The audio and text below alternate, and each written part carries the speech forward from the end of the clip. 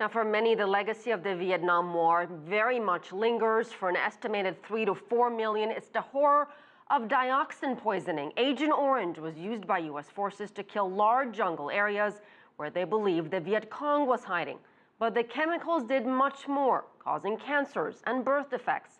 And to date, the U.S. government has refused to accept liability. Tony Cheng reports. Today, Da Nang is a peaceful and prosperous city. But 50 years ago, this was the first sight of Vietnam for many U.S. soldiers. They knew it as China Beach. This is the beach where U.S. combat soldiers first landed in Vietnam in 1965.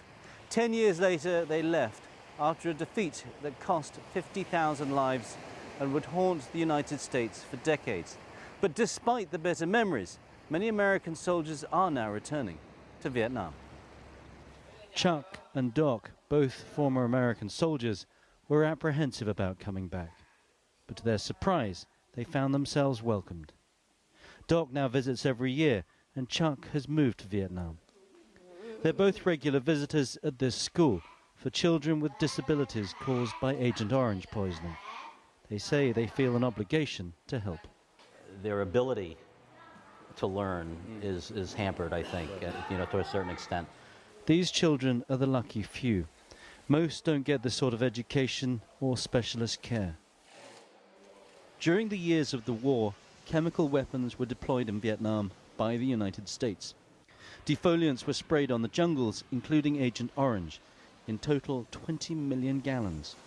Although these images of the victims of napalm caused great controversy, Agent Orange was the silent but much deadlier killer. The impact of the dioxins has affected as many as 4 million Vietnamese, leading to cancers and terrible birth defects.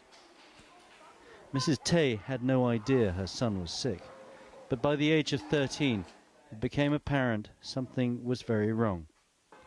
Now 41, he can't do anything for himself and needs 24-hour care.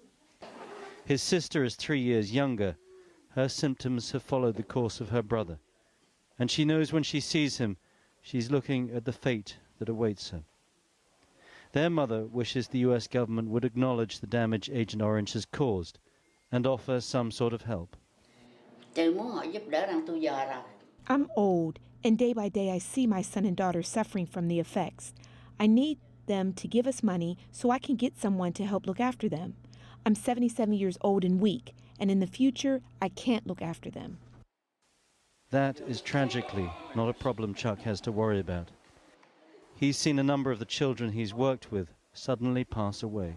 And she was, I think, 28, 29 years old, vibrant and smiling and laughing and interacting all the time and, enjoying, what semblance of life that she had. But then quickly, in a week's time, she was gone. It's not been easy coming back to Vietnam for Chuck, but he's dealing with the ghosts of the past.